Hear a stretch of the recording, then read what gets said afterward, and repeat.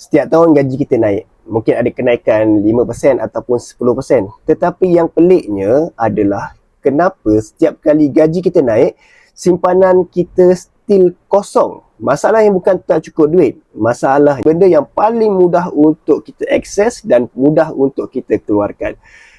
Duit di dalam bank nampak je banyak, tapi nilai dia semakin lama semakin kecil disebabkan oleh inflasi. Sebab itu orang yang faham kewangan, mereka tak akan simpan duit terlalu banyak.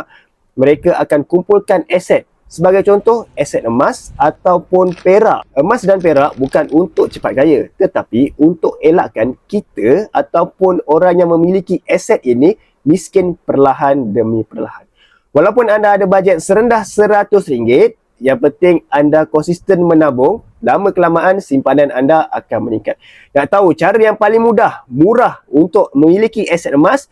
Boleh tekan bed biru. Saya akan bantu anda sebaik mungkin. Follow saya untuk tahu lebih lanjut mengenai simpanan emas.